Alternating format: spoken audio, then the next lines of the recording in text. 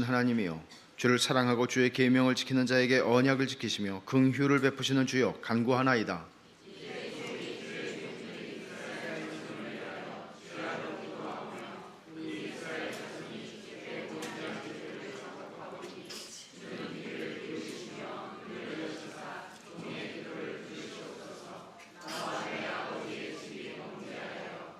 주를 향하여 크게 악을 행하여 주께서 주의 종 모세에게 명령하신 계명과 율례와 규례를 지키지 아니하였나이다.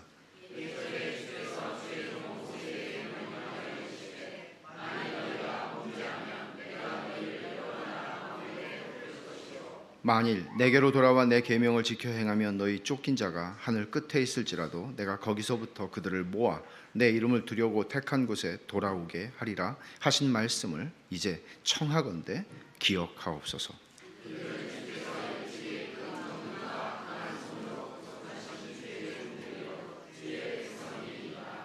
주여 구하오니 귀를 기울이사 종의 기도와 주의 이름을 경외하기를 기뻐하는 종들의 기도를 들으시고 오늘 종이 형통하여 이 사람 앞에서 은혜를 입게 하옵소서 하였나니 그때에 내가 왕의 술 관원이 되었느니라.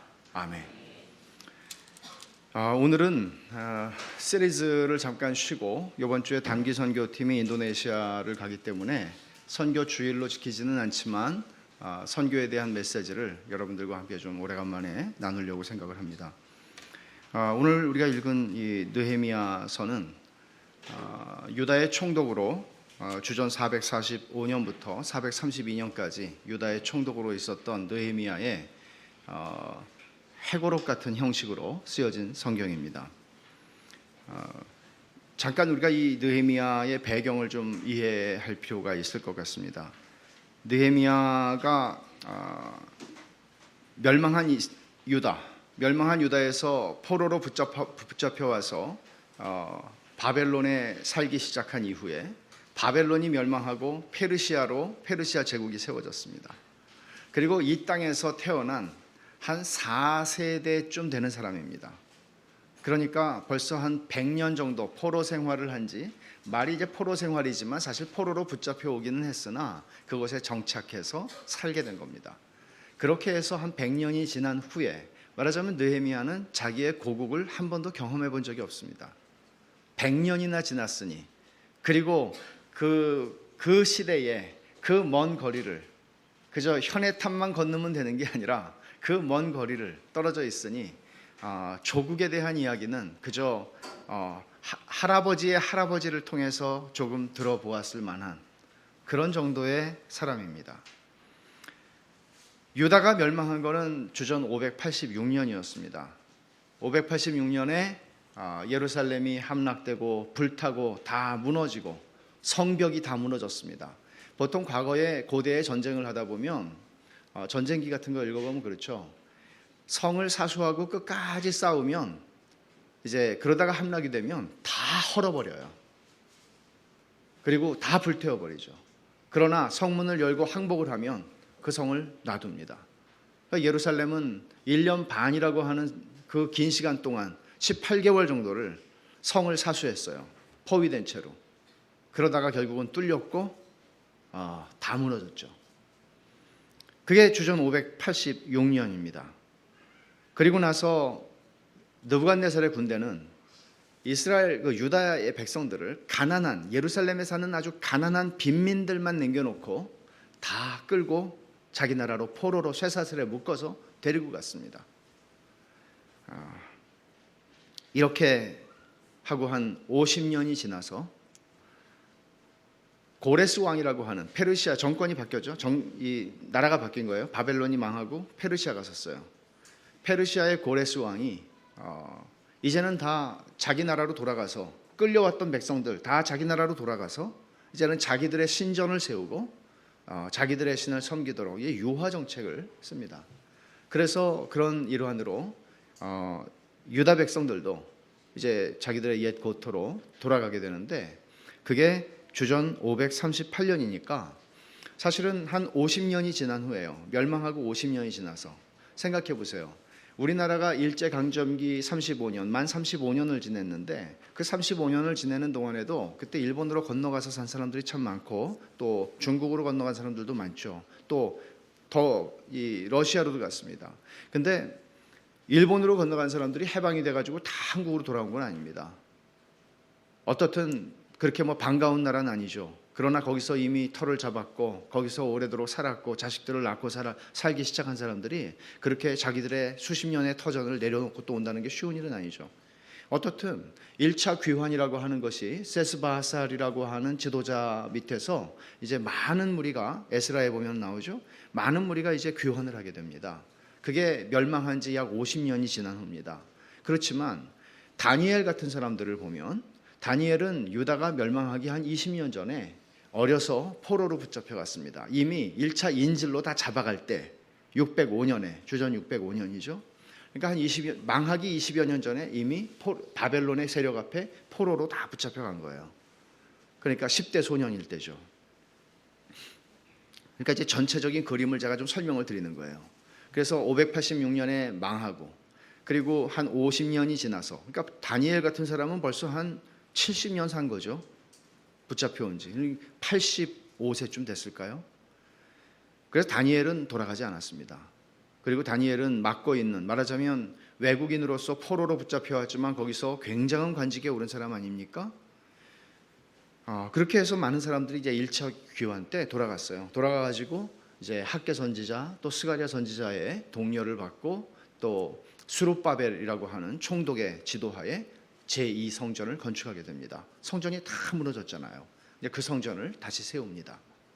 솔로몬이 성전을 지었던 거에 비하면 이 성전은 너무나 초라해서 그 옛날의 성전을 보았던 노인들은 한없이 울었습니다.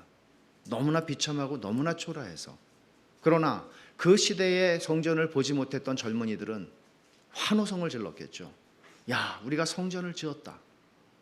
어떻든 이렇게 해서 1차 귀환이 끝나고 그로부터 또 한 80년이 지나가지고 2차 귀환이 이루어지게 돼요.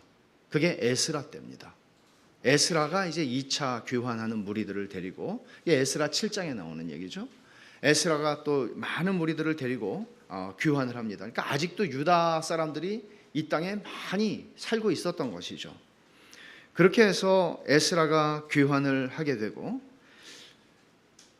그러나 1차 귀환 때도 마찬가지고 2차 귀환 때도 마찬가지인데 그 옛날에 화려하고 아름다웠던 그리고 평화로웠던 예루살렘이 그들을 기다린 것은 아니었습니다. 그야말로 이 성이라고 하는 것은 그렇잖아요. 옛날의 성은 성벽이 있느냐 없느냐에 의해서 나눠지는 것이죠. 성벽이 있으면 그건 진짜 성이에요. 안전해요. 적들이 쳐들어와도 지킬 수가 있어요. 근데 성벽이 없는 그건 성이라고도 할 수가 없죠. 그런 것들은 뭐 속수무책이죠. 적들이 그냥 말 달리고 들어오면 들어오는 대로 다 지배하고 불살고 할 수 있는 것입니다. 그런데 지금 100년이 넘었어요. 예루살렘이 무너진 지 100년이 넘었는데 1차 귀환을 했고 2차 귀환을 했어요. 근데 성벽은 여전히 허물어진 채 돌들이 이 예루살렘 성이 언덕 위에 세워진 지형적으로 그렇다고 그러죠. 그러니까 이 돌들이 한 3km 된다고 그래요. 이 성벽이 3km. 그러니까 뭐 천리장성, 만리장성 이런 거에 비하면 뭐 아무것도 아니죠, 사실. 근데 이 돌들이 다 무너져 내려서 계곡으로 굴러 떨어져 있고 또 불태워져 있고, 그렇게 100년을 지났다고 생각해 보세요. 집에도 뭐 좀 풀 좀 제거하지 않고 마당이 있는 집 같은 경우에 뭐 잔디 좀 어떻게 내버려 두고 그러면 난리가 나잖아요. 한 뭐 일주일만 있으면. 그게 얼마나 괴롭고 싫은지. 너무 좋아요, 아파트. 근데 100년이 지났어요. 그러니 얼마나 정말 황폐하고 오물로 덮여 있는 짐승들이 우글우글한 그런 성이 됐겠습니까? 이때 이제 느헤미야가 이 오늘 1장의 사건이 일어나게 되는데, 에스라가 2차 귀환을 하고 한 20년 정도 더 지나서예요. 한 20년 정도 더 지나서인데, 또 하나의 여러분들이 이 포로 시대의 이야기를 제대로 좀 이해하려면 그러면 에스더는 뭔가? 에스더는 요 사이에, 그러니까 458년에 에스라가 2차 귀환을 하기 한 20년쯤 전에 왕비가 됐어요. 아하수에로 왕의 왕비가 돼요. 그러니까 이제 순서가 이런 정도로 되는 겁니다. 그래서 느헤미야가 등장을 하게 되는데, 이 등장하기까지의 이 과정은 1차 귀환을 하고 우여곡절 끝에 성전을 짓게 된 이야기는 우리가 학개 선지자나 스가랴 선지자를 통해서 배웠습니다. 그런데 성벽을 이제 쌓아야 되잖아요. 옛날에 예루살렘을 회복해야 되잖아요. 근데 성벽을 쌓는 게 그런 시도가 없었던 게 아니에요. 그렇게 시도를 했죠. 돌아간 예루살렘에 돌아간 유대인들이. 근데 번번이 실패래요. 사마리아 주변에 있는 여러 나라 사람들이 방해를 하는 거예요. 그래서 번번이 실패를 하다 보니까 우리가 지금 아직 주권을 가지고 있는 나라도 아니고 이거는 포기해야 되겠구나, 그렇게 다들 생각을 하고 있었던 상황입니다. 그런데 여러분이 느헤미야서를 쭉 읽어보면 아시지만 느헤미야는 굉장히 재미있는 성경입니다. 아주 흥미진진한 성경입니다. 근데 느헤미야가 실제로 나중에 유다 총독으로 부임을 해서 성벽을 재건하게 되는데 며칠 걸렸는지 아세요? 52년 걸린 게 아니고 52일 걸렸습니다. 2달이 채 걸리지 않았습니다. 그러니까 이게 우리에게 보여주는 게 뭔가 하면, 우리는 저걸 언제 하나, 100년이라는 세월을 그냥 보냈단 말이에요. 그런데 느헤미야가 하나님 앞에서 뜻을 정하고 하려고 하는데 2달이 걸리질 않았어요. 그런 일인 거예요. 그러니까 참 이게 신앙을 가지고 우리가 이것을 보는 것뿐만 아니라, 신앙을 가지지 않은 사람들도 보면 일반 은총의 영역에서도 뛰어난 리더십을 가지고 있는 한 리더가 이루어내는 일들을 보면 참 대단하죠. 그런데 이 느헤미야라고 하는 하나님의 사람이 그 일을 이루는 것, 단순히 우리는 느헤미야서에서 많은 사람들은 리더십에 대한 얘기들을 하고 그런 책들을 써요. 근데 단순히 그런 이야기를 하는 게 느헤미야서는 아닙니다. 우리는 단순히 세상의 어떤 리더십의 장점, 리더십의 자질들을 느헤미야를 통해서 발견하는 게 하나님께서 느헤미야서를 우리에게 쓰신 이유는 아닙니다. 이 느헤미야라고 하는 사람을 우리가 조금 더 보면, 이 사람은 아까도 말씀드린 것처럼 예루살렘이 멸망하고 100년 후쯤에 태어난 사람이에요. 붙잡혀간 나라에서, 외국에서. 그러니까 이게 유대인들이 대단하다는 게 정말 대단하죠. 그러면 이 느헤미야가 자기 조국 예루살렘과 유대에 대한 그가 가지고 있는 생각들, 관심들, 그리고 자기 백성 이스라엘 민족, 유대 민족을 향한 그 느헤미야가 가지고 있는 특별한 애정, 이런 것들을 보면 정말 100년 후에 태어난 사람이 어떻게 그럴 수 있어요? 그것도 그 나라에서 굉장히 성공한 자리까지 올라간 사람이라고요. 그러니까 외국인으로서는 아마 최고의 자리까지 올라갔다고 얘기를 해도 과언이 아니죠. 이 다니엘은 아까 제가 잠깐 말씀드렸지만 느헤미야보다 정확하게 한 100년 정도 앞선 사람이에요. 그러니까 정말 이민으로 말하자면 이민 초창기 사람인 거예요. 다니엘이 굉장히 높은 지위까지 올라갔었던 사람이죠. 그리고 또 이 사람보다 한 30년 앞서서 에스더가 아하수에로 왕의 왕비가 되는, 그리고 모르드게가 높은 관직에 올랐던 일들이 있었습니다. 그리고 나서는 우리가 아는 바 느헤미야가 굉장히 높은 위치에 오른 사람인데, 이 사람의 하는 일을 11절에서 이렇게 마지막에 소개하죠. 그때 내가 왕의 술관원이었다 라고 얘기합니다. 이 술관원이라고 하는 거는 우리가 생각할 때는 좀 허접해 보이는, 우리가 창세기에서 바로의 술관원, 그리고 떡 굽는 자가 감옥으로 들어왔던 사건을 알고 있잖아요. 근데 이 술관원이라고 하는 건 고대 사회에서 대부분 독살이 많았기 때문에 항상 그 옆에서 그 왕의 마실 것 먹을 것을 관장하는, 그러니까 왕이 제일 신임하는 사람 중에 하나가 바로 술관원이었습니다. 그러니까 우리 식으로 말하면 아마 대통령 비서실장 내지는 경호실장 정도 가장 최측근에서 보좌하는 그런 사람인 거죠. 그러니까 외국인으로서 그는 가장 높은 자리에 올랐다고 볼 수 있습니다. 그러니까 이 정도로 사람이 성공을 거두게 되면 마음이 어떻게 될까요, 여러분? 여러분, 우리 그렇게 생각 안 합니다. 일반적으로 나는 뭐 아무리 하나님께서 나에게 뭘 주셔도 나는 내 마음은 항상 겸손하고 내 마음은 항상 낮아질 거야. 이렇게 생각을 하시죠, 다. 안 그러신 것처럼 그렇게 다 표정은 그래도 별 수 없어요. 사람이라는 거는 마음이 높아져요. 그래서 뭐 갑질한다 그러지만, 물론 갑질 그런 건 정말 너무 좀 그건 말이 안 되는 일이지만, 그런 것들이 그런 상황 속에서는 굉장히 정상적인 것처럼 될 수 있다고 봐요. 그리고 나도 갑질, 내 아내도 갑질, 내 딸들도 갑질 가능할 수 있다고 봐요. 그런데 그게 모든 사회의 기준으로 갑자기 드러나니까 너무 이상하고 상상할 수 없는 그런 일들인 것이죠. 그러니까 사람이라는 게 그렇게 예레미야 선지자가 말한 것처럼 자기 자신을 속이는 존재예요. 말도 못하게 위험한 존재예요. 우리는 이 속에 그걸 다 품고 있어요. 인간의 마음보다 더 부패한 것이 없다고 얘기를 하고 있어요, 성경은.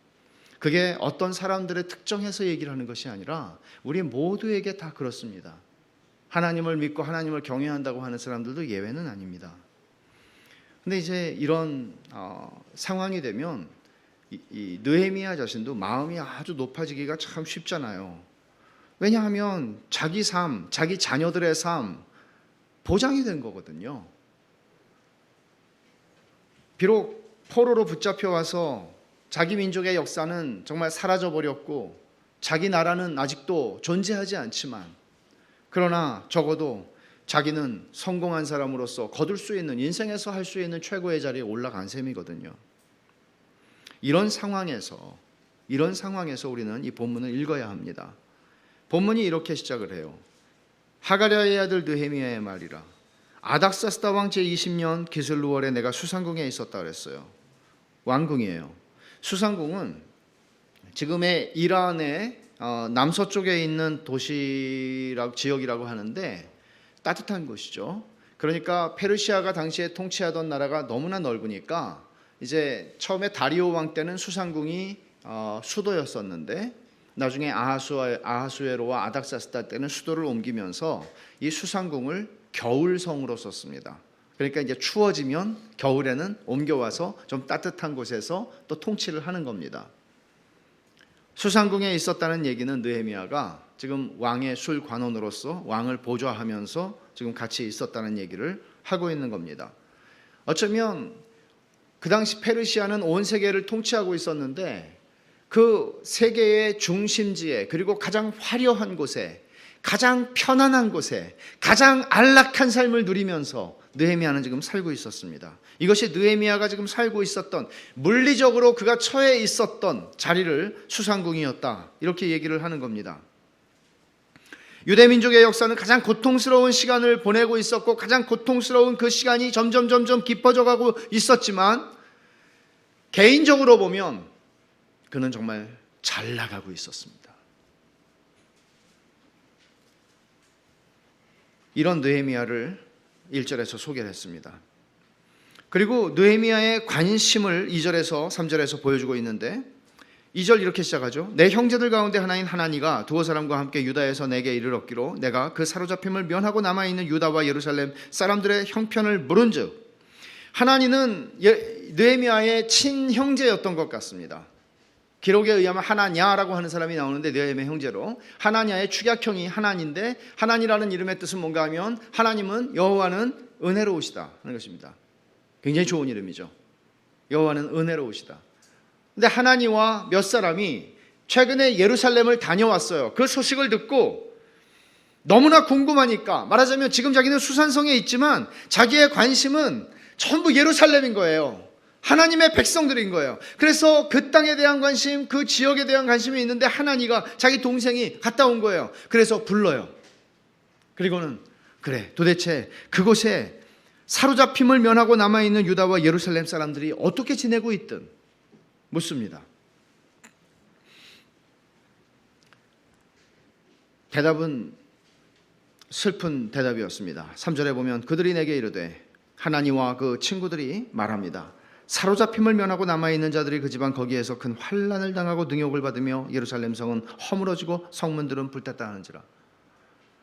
비록 자기들의 옛 땅으로 돌아갔지만 주변에 있는 이 총독들이 너무나 강해서 그들에 의해서 너무나 업신여김을 당하고 능욕을 당하고 그들이 하고 싶었던 예루살렘 성을 세우는 일들도 하지 못하고 번번이 실패하고 그냥 그렇게 비참하게 살아가고 있더라는 거예요.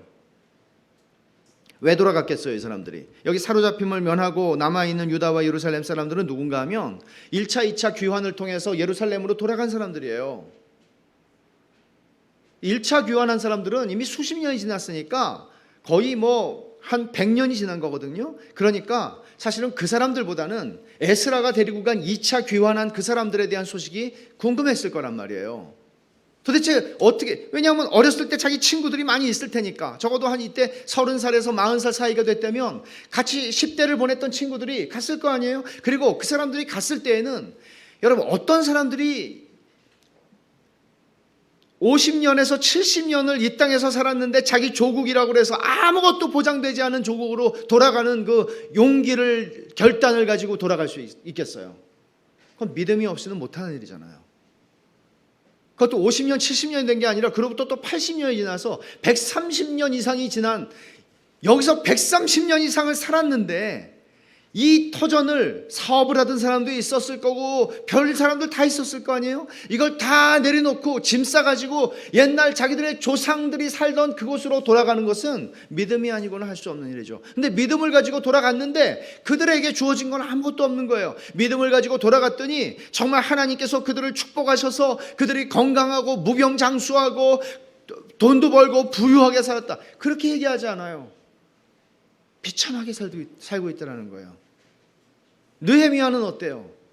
느헤미야는 어떤 사정인지 모르지만 이 믿음의 사람은 그는 돌아가지를 못했어요. 그러니까 늘 마음의 미안함과 부담과 자기 조국에 대한, 그리고 동포들에 대한 그 생각들이 간절했겠죠. 그 관심이 언제나 수산성이 아니라 야 나는 이렇게 잘 먹고 잘 살고 잘 노는구나가 아니라 항상 자기 돌아간 자기 친구들, 자기 민족을 생각하는 마음으로 그는 그 관심사가 다 거기에 꽂혀 있었던 거죠. 근데 그들은 너무나 비참하게 산다는 거죠. 여러분, 여기서 느헤미야가 가지고 있는 것을 단순한 애국심 또는 동포의 정도로 치부할 수 있을까요? 그렇지 않습니다. 이것은 분명히 신앙적인 것이었고 영적인 관심이었습니다. 왜 그런지 볼까요? 여기에 자기가 생각하는 조국은 하나님이 기업으로 주신 땅이에요. 하나님이 모세를 통하여 자기의 조상들에게 기업으로 주신 땅이에요. 하나님이 주신 땅이에요. 하나님이 선물로 유업으로 주신 땅이에요. 아무도 빼앗아갈 수 없는 땅이에요. 그런 마음이 있었고, 예루살렘은 여러분 9절을 한번 보시면 9절에 이렇게 말하죠. 만일 내게로 돌아와 내 계명을 지켜 행하며 너희 쫓긴 자가 하늘 끝에 있을지라도 내가 거기서부터 그들을 모아 내 이름을 두려고 택한 곳에 돌아오게 하리라. 내 이름을 두려고 택한 곳, 이게 어디예요? 예루살렘이에요. 하나님이 내 이름을 두려고 택한 곳이 예루살렘이에요. 예루살렘에 대한 그의 애정과 예루살렘이 회복되어야 한다는 그의 애정은 단순한 조국 애가 아니라, 동포 애가 아니라, 이것은 영적이고 신앙적인 열정이었습니다. 뿐만 아니라 자기 민족을 향해서, 유대 민족을 향해서 가지고 있는 느헤미야의 관심도 이것도 영적인 것이었습니다. 6절을 한번 보십시오. 이제 종이 주의 종들인 이스라엘 자손을 위하여, 이스라엘 자손, 하나님 내 민족을 불쌍히 여겨주세요 라고 얘기하는 거하고는 차원이 달라요. 그런 의미에서 우리가 우리 나라와 민족을 위해서 기도하잖아요. 우리가 우리 나라와 민족을 위해서 기도할 때에는 이스라엘 사람들이 이스라엘 민족을 위해서 기도하던 거하고는 약간의 차이가 있는 것이에요. 이거를 우리가 혼동하면 안 돼요. 우리는 하나님 내 북녘 땅에 있는 우리 동포들을 불쌍히 여겨주세요 기도할 수 있어요. 그 중에서도 우리가 우리의 형제들, 믿음의 형제들이 정말 믿음을 가지고 살아갈 수 있도록 해달라는 것은 우리 여기에 해당되는 거예요. 주의 종인 하나님의 백성들이 그 땅에 있습니다. 그러나 우리가 단순히 민족과 국가를 위해서 기도하는 것, 잘못하면 이런 것들이 미국의 그런 이상한 신앙이 될 수 있는 거예요. 미국 사람들은 무슨 야구 경기 하러 모여서도 God bless America, 자동차 범퍼에다가도 God bless America. 아니 무슨 하나님이 자기들의 하나님입니까? 그렇지 않죠. 하나님이 미국을 축복하셔야 할 이유가 있습니까? 그렇게 도덕적으로 붕괴되어 가고 있는 미국을 하나님이 축복하셔야 할 이유가 있나요? 말하자면 무당 잡신 섬기는 식으로 하나님을 생각하는 것이나 진배 없는 것입니다. 그런 구별은 해야 되는 것이죠. 느헤미야는 단순한 동포애가 아니라 이스라엘 백성이 누구예요? 하나님의 택하신 민족이라는 거예요. 여러분 9절에도 보시면 10절에도 이렇게 말합니다. 이들은 주께서 일찍이 큰 권능과 강한 손으로 구속하신 주의 종들이요 주의 백성입니다. 하나님, 이 동포가 나의 민족이기 때문이 아니라 이 민족은, 유대 민족은 하나님이 택하신 백성, 하나님이 강한 손과 편팔로 구원하여 내신 하나님의 백성 아닙니까? 라고 얘기를 하는 거예요. 하나님의 백성이라고요. 느헤미야가 이런 식의 생각들을 가지고 지금 예루살렘을 향하여 관심을 가지고 유다 민족을 향해 관심을 가지고 있는 거예요. 항상 그의 마음속에는 자기는 편안한 곳에 살고 있지만 그의 관심은 예루살렘에 있었단 말이에요. 이것은 어찌 보면 더 나아가서는 메시아에 대한 그의 기대요, 신앙이었고 또 하나님의 영광과 하나님의 영예, 하나님의 이름에 대한 그의 관심이었습니다. 다른 것이죠. 우리가 무엇을 위해서 기도할 때에, 우리가 나라와 민족을 위해서 기도할 때 우리는 이런 부분들을 가만히 생각해 볼 필요가 있는 것입니다. 잘못하면 우리는 민족주의와 하나님을 연결시키게 되고 국가주의와 하나님을 연결시킬 위험이 있는 것이죠. 역사적으로는 그런 실수가 없었던 것이 아닙니다. 4절에서 예루살렘의 비참한 소식을 들은 느헤미야가 어떻게 반응하는지를 볼 수가 있습니다. 같이 한번 읽어볼까요? 4절을. 내가 이 말을 듣고 앉아서 울고 수일 동안 슬퍼하며 하늘의 하나님 앞에 금식하며 기도하여 라고 말합니다. 느헤미야의 근심과 기도가 나옵니다. 이 말을 듣고 울었어요. 앉아서 울었어요. 이게 뭐 털퍼덕 주저앉아서 울었다는 소리예요. 수일 동안을 슬퍼했어요. 다른 걸 못하는 거예요. 우리가 2장으로 가서 보면 아하수에로 왕이 물어요. 야, 너 얼굴을 보니까 근심이 가득한데 무슨 일이 있어? 물어요. 그러니까 숨길 수 없을 만큼 그 마음이 근심에 쌓인 거예요. 예루살렘에 있는 자기 동포들의 예루살렘의 형편을 들어보니 그럴 수밖에 없는 거예요. 그리고는 하늘의 하나님 앞에 금식하고 기도하기를 시작합니다. 여러분, 여기서 느헤미야가 좀 너무나 격하게 반응하고 있다고 느껴지지는 않으세요? 그렇지 않습니까? 느헤미야가 좀 심하지 않습니까? 아니 이게 무슨 일이라고 느헤미야가 이렇게 반응합니까? 아니 무슨 자기 가족이 죽었습니까? 아니 자기 무슨 집안에 무슨 일이 일어났습니까? 느헤미야가 그렇게 지금 반응하고 있잖아요. 거의 자기가 사랑하는 사람을 잃어버린 것처럼 그렇게 반응을 하고 있는 것이죠. 이방의 빛이 되어야 할 예루살렘이 아직도 온 세상의 조롱거리가 되고 지금 140년을 지내고 있다는 현실이 기가 막혔던 거죠. 하나님의 이름의 영광이 우리 민족 가운데 있고 예루살렘 가운데 있는데 이방의 빛이 될 거라고 이사야 선지자를 통해서 하나님 말씀했는데 이방의 빛이 되기는커녕 세상의 조롱거리가 되어버린 현실. 어찌 보면 우리 한국 사회가 지금 한국 사회 앞에서 한국 교회가 그렇지 않아요? 조롱거리가 되어버렸잖아요. 텔레비전에 예능이나 이런 데서 무슨 느님 어떤 이런 표현들을 쓰는 게 그게 어떻게 가능한 얘기입니까? 믿는 사람들도 그걸 따라하는 경우들이 있어요. 하나님의 이름을 욕되게 하는 것이 어디다가 그런 표현들을 씁니까?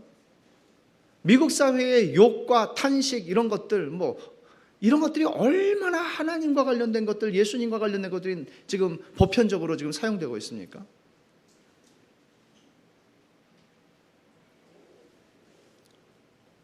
뉴스에 공중파의 뉴스에는 목사들의 유명 대형교회 목사들의 이름이 오르내리는 것들 그렇게 우리는 이상하게 여기지 않을 만큼이나 익숙해져 있습니다. 이 세상 앞에 그들이 우리의 선행을 보고 하나님께 영광을 돌리게 하라는 주님의 말씀이 무색한 것입니다. 느헤미야의 슬픔은 영적인 것이었고 하나님의 영광과 영예에 대한 슬픔이었습니다. 그는 수일 동안 슬퍼하며 금식했습니다. 기도했습니다. 그런데 이 기도의 내용을 보면 5절부터 기도의 내용이 나오는데 굉장히 좀 특이하다는 생각이 들어요. 우리가 이런 상황에 처하게 되면 정말 우리가 예루살렘을 생각하고 있고 예를 들어 지금 우리 이 시대에서 정말 하나님의 교회를 우리가 생각하고 있고 하나님의 영예가 이 땅에서 정말 존귀하게 되기를 원하고 하나님의 영광을 받으시기를 원하는 마음이 우리에게 간절하기 때문에 한국 교회의 형편이 이렇게 처참하고 빛이 되지 못하고 한국 교회가 이렇게 수치스럽게 되었다는 이야기들을 듣거나 우리가 그런 현실들을 목도할 때에 우리가 하나님 앞에 기도한다면 우리는 어떻게 기도할까요? 그것을 위해서 기도하는 경우들이 기도회로 모이고 하는 경우들이 많이 있습니다. 근데 이렇게 기도할 때 우리는 어떻게 기도합니까? 하나님, 하나님의 영광을 위해서 예루살렘을 회복시켜 주시기를 원합니다. 그러고 간절히 부르짖겠죠. 그게 정상적인 것입니다. 그런데 느헤미야는 그렇게 하지 않아요. 그렇게 하지 않아요.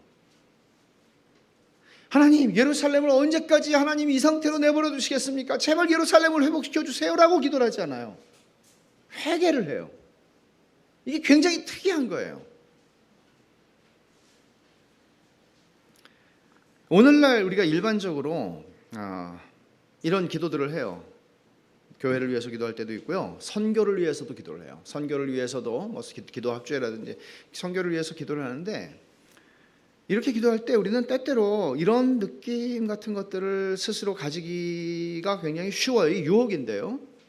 약간의 어떤 당당함, 약간의 어떤 자기 자신의 의로움을 가지고 하나님 앞에 나가는 것입니다. 왜 그럴까요? 이게 지금 나 잘 살게 해달라고 내 문제 해결해달라고 기도하는 게 아니잖아요. 내가 지금 시간을 내서 하나님 앞에 나를 시간을 내서 하나님의 영광과 그 이름을 위해서 지금 기도하는 거잖아요. 그런데 우리는 그럴 때 조금 더 당당해진다고 느낄 수 있어요. 뭔가 내가 지금 하나님을 위해서 기도하는 거잖아요. 나 어떻게 해달라고 기도하는 게 아니라 하나님을 위해서 기도하는 거잖아요. 이런 유혹이 있다고요. 이거는 제가 누구를 관찰하고 느낀 것이 아니라 저 자신에게서 그런 것들을 경험한 바가 있는 거예요. 근데 느헤미야가 그렇게 하지 않습니다. 근데 이게 느헤미야만 그렇게 하지 않는 게 아니라 보면 성경의 사람들이 그런 방식을 많이 보여줍니다. 다니엘이 그랬어요. 다니엘이 어느 날 하나님의 말씀을 읽고 있다가 예레미야서를 읽고 있는데 예레미야 25장을 읽고 있을 때 깜짝 놀란 거예요. 다니엘 9장에 나오는 얘기인데 아니 포로 생활이 70년에 마친다고 예레미야가 그 전에 예언을 한 거예요. 여러분 이런 얘기를 들었을 때 다니엘이 정말 어떤 느낌이었을까요? 계산을 해보니 얼추 70년이 지금 된 거예요. 근데 아무도 모르고 있어요. 하나님 말씀이 뭐니까. 하나님 말씀을 보지 않으니까 아무도 몰라요 이거를. 다니엘도 지금 처음으로 이 말씀을 깨달은 거예요. 70년이 되면은 포로에서 돌아오게 하시겠다고. 때가 된 거예요. 그러면 벌떡 일어나서 돌아다니면서 유대인들을 만나서 야, 얘 짐 싸 돌아갈 날이 왔어. 그러지 않겠어요? 근데 다니엘이 그렇게 하지 않습니다. 다니엘 9장을 보면 거기서 다니엘 9장을 한번 가보십시오.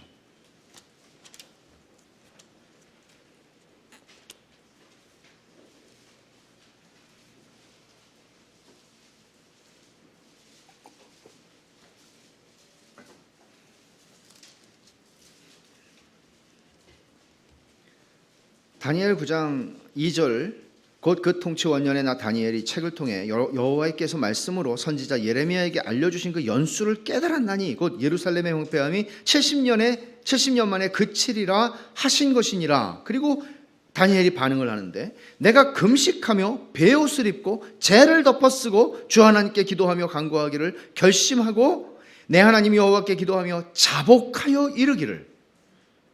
5절을 보세요. 우리는 이미 범죄하여 패역하며 행악하며 반역하여 주의 법도와 규례를 떠났사오며. 7절 하반절을 보십시오. 이는 그들이 주께 죄를 범하였음이니이다. 8절 하반절 우리가 주께 범죄하였음이니이다. 9절 하반절 이는 우리가 주께 패역하였음이오며. 10절 우리 하나님 여호와의 목소리를 듣지 아니하며 여호와께서 그의 종 선지자들에게 부탁하여 우리 앞에 세우신 율법을 행하지 아니하였음이니이다.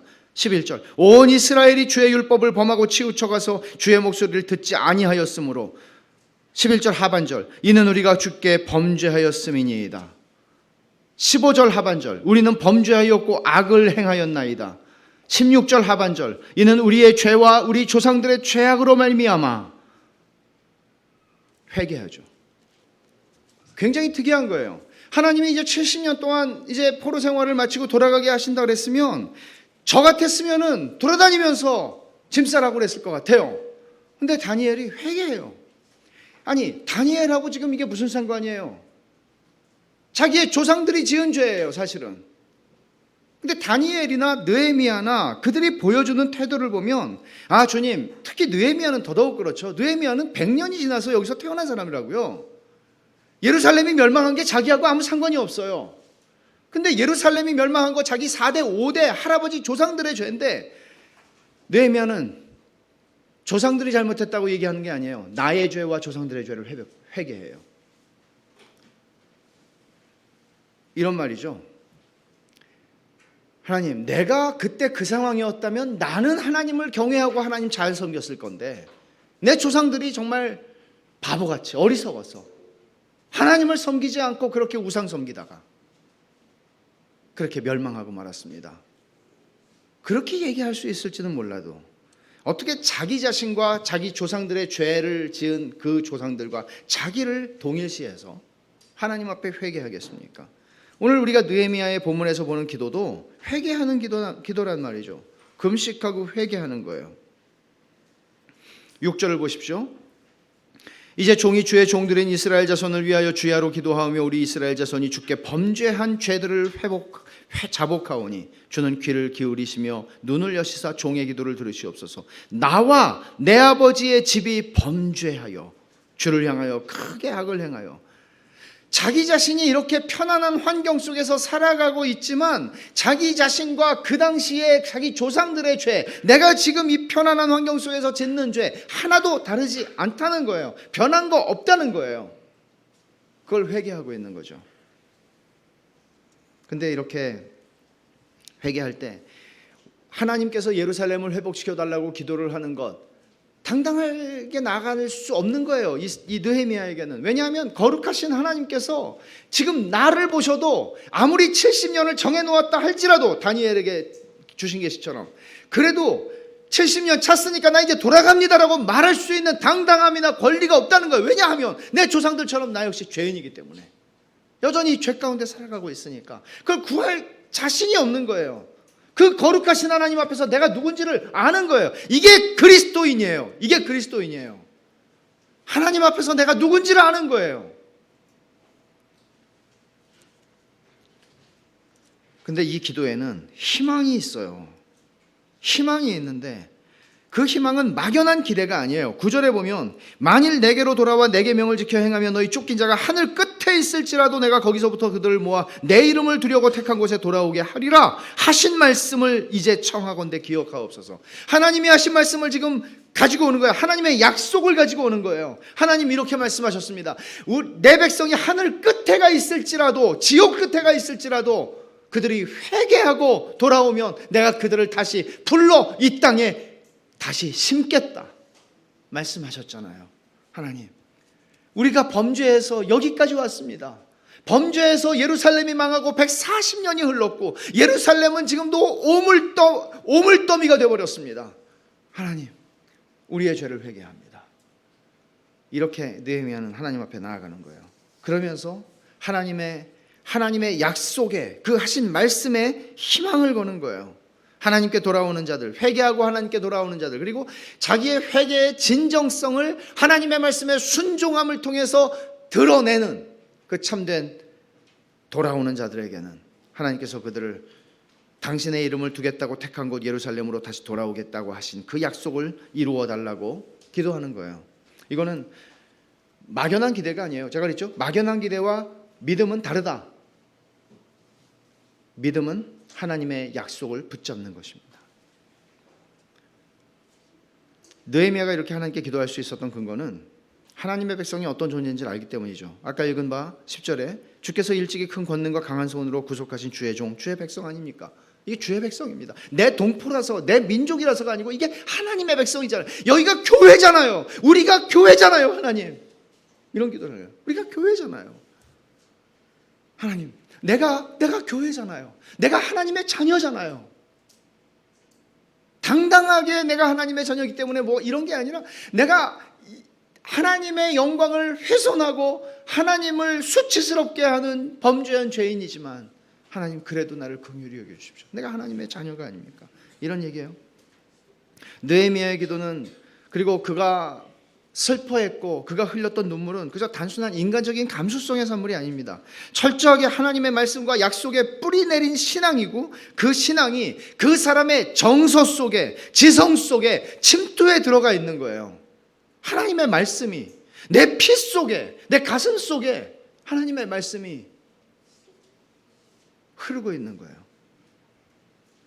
마지막으로 그의 기도에서 우리가 주목할 게 하나 더 있어요. 11절에 주여 구하오니 귀를 기울이사 종의 기도와 주의 이름을 경외하기를 기뻐하는 종들의 기도를 들으시고 오늘 종이 형통하여 이 사람 앞에서 은혜를 입게 하옵소서 하였나니 그때 내가 왕의 술관원이 되었느니라. 당시 술관원이었다는 얘기예요. 근데 이 사람 앞에서 은혜를 입게 하옵소서라는 이 말을 주목할 필요가 있어요. 자, 느헤미야의 기도는 회개로 시작했어요. 그리고 간구로 이어졌어요. 그 다음에 11절에서는 뭘로 이어지나 하면 결심으로 이어져요. 느헤미야는 회개하고 기도하면서 하나님 앞에서 결심이 섰어요. 이 기도를 하는 동안 결심이 섰어요. 내가 어떻게 행동해야 되겠다는 결심이 섰어요. 그 결심은 뭔가 하면, 이 사람이 누군가 하면 아하수에로 왕이에요. 자기가 뭐 사표를 낸다고 되는 게 아니고, 왕이 허락을 해주지 않으면 자기는 이 자리를 벗어날 수 없어요. 왕이 나의 생사 여탈권을 가지고 있는 거예요. 근데 지금 어떤 결심을 한 거예요? 유다 총독으로 가겠다고 결심한 거예요. 이 수산성에서 즐겁게 편안하게 안락하게 살아가는 자기의 삶을 포기하기로, 그리고 유다의 총독으로 가기로. 이거는 오늘날에 어떻게 비유할 수 있나 하면, 대통령 비서실장이나 경호실장 하다가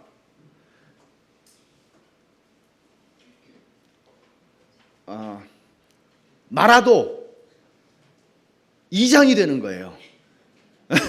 아시겠어요? 마라도 혹시 뭐 마라도 관련 없죠? 마라도 이장이 되는 거예요. 예? 독도 이장, 독도. 예? 그것도 지켜야 되잖아요. 그러니까 이런 얘기예요. 그러면 여러분, 이 결심이 언제 섰어요? 느헤미야가 하나님 앞에 회개하고 기도하는 가운데 결심이 선 거예요. 행동이 유발된 거예요. 여러분, 이게 진짜 헌신이에요.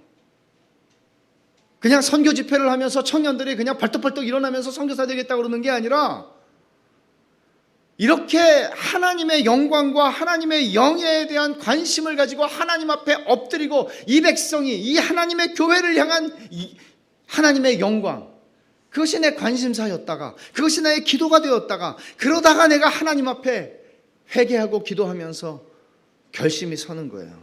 이 진짜 헌신이에요. 사명을 본 거예요. 그래서 이 사람 앞에 은혜를 입게 해달라고, 왕의 마음을 바꾸는 것을 물의 방향을 바꾸듯이 마음대로 하시는 그 하나님께서 아수르의 마음을 바꿔달라고 하나님 앞에 기도를 하는 거예요. 나 갈 수 있게 해달라고. 참된 기도는 행동을 낳습니다, 여러분. 진정한 기독교인들, 그리스도인들의 진정한 이 사회를 변화시키고 진정한 그리스도인들이 이 사회를 뒤집어 놓을 수 있는 그런 행동은 어디서 나오는 건가 하면 기도에서 나오는 겁니다.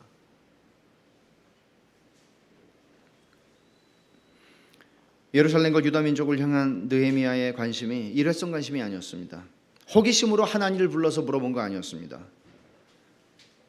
그는 6절에서 얘기한 것처럼 주야로 이스라엘 백성을 위해서 기도하던 사람이었어요. 주야로 기도하던 사람이에요. 그의 기도의 1번 우선순위였어요.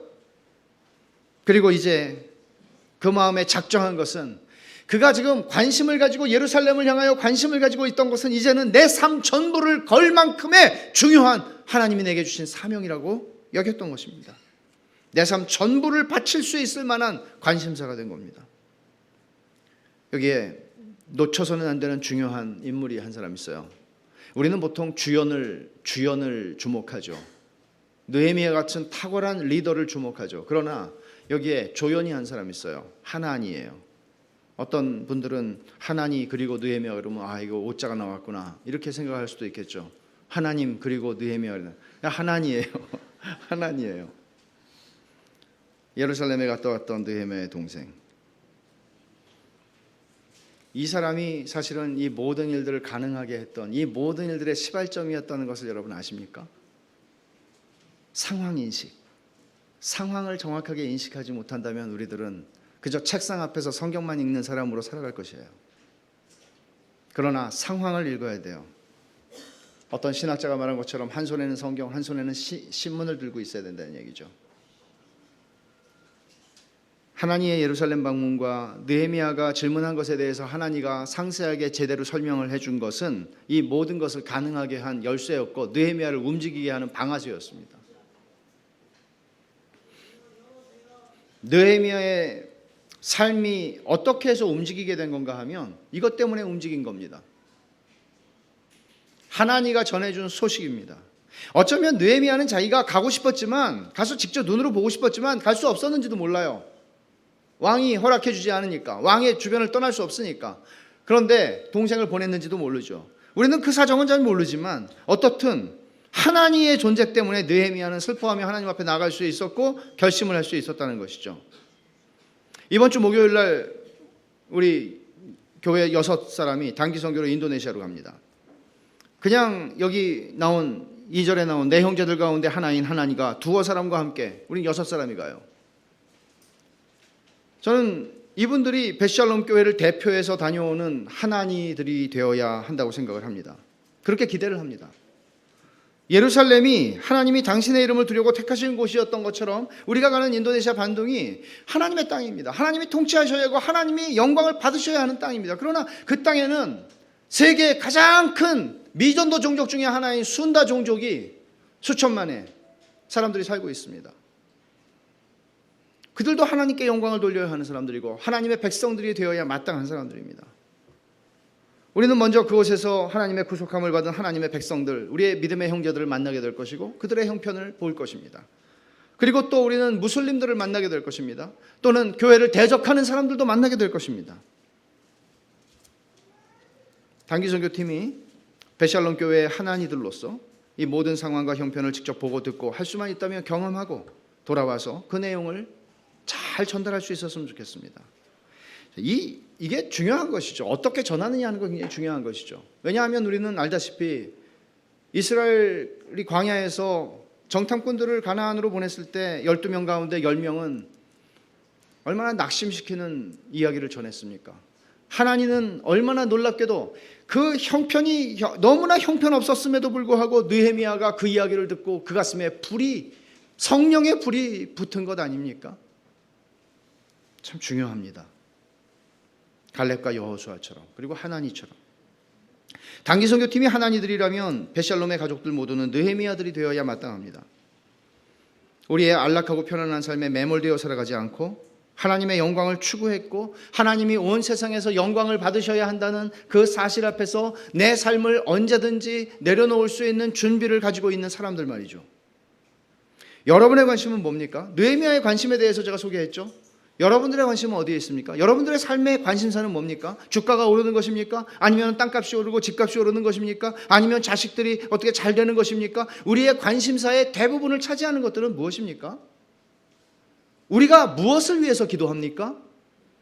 우리가 하나님을 믿는다는 것은 우리의 인생을 하나님을 믿지 않던 인생과 무엇을 다르게 합니까? 그저 하나님의 힘을 빌어서 이 한 번 사는 인생을 잘 사는 것이 우리가 하나님 앞에 구하는 모든 것입니까? 신자는 자기 인생의 그림에 매몰되는 사람이 아닙니다. 신자는 자기 인생 안에서 하나님이 어디 계시나를 찾는 사람이 아닙니다. 내 인생 속에서 하나님이 나를 도와주신 증거, 하나님이 나를 도와주신 근거가 어딨나? 하나님이 어떻게 일하시나? 내 인생이라고 하는 이 우물 속만을 바라보는 것이 그리스도인이 아닙니다. 그렇게 다 살아가다가 하나님을, 만유의 주가 되시는 하나님을 알게 되었을 때 우리는 하나님의 큰 그림, 빅픽처를 보는 거예요. 그리고 하나님 나라라고 하는 큰 그림 속에서 내 인생을 찾는 거예요. 내 인생이 여기 어떤 의미가 있지? 우리 벳샬롬 교회는 이 하나님의 큰 그림 속에 어떤 의미가 있지? 오늘 한국 교회는 이 큰 그림 속에 어떤 의미가 있는 거지? 이런 생각들을 하는 거예요. 이게 그리스도인들의 변화된 시각이고 관점이어야 돼요. 하나님의 그림 속에 내 인생이 있는 거예요. 내 인생 속에 만유의 주를 잡아다가 집어넣는 게 아니에요. 신앙은. 우리의 시야는 계속해서 하나님의 말씀을 통해서, 기도를 통해서 은혜를 받으면서 점점 넓어져야 돼요. 하나님이 무한하시듯이. 거기서 내 인생의 의미를 발견하는 것이에요. 그게 우리의 믿음의 선배들이 했던 방식이고 느헤미야가 우리에게 보여준 것입니다. 하나님의 나라가 여러분하고 무슨 상관이 있습니까? 하나님의 이름이 거룩히 여김을 받는 게 여러분의 인생과 무슨 상관이 있습니까?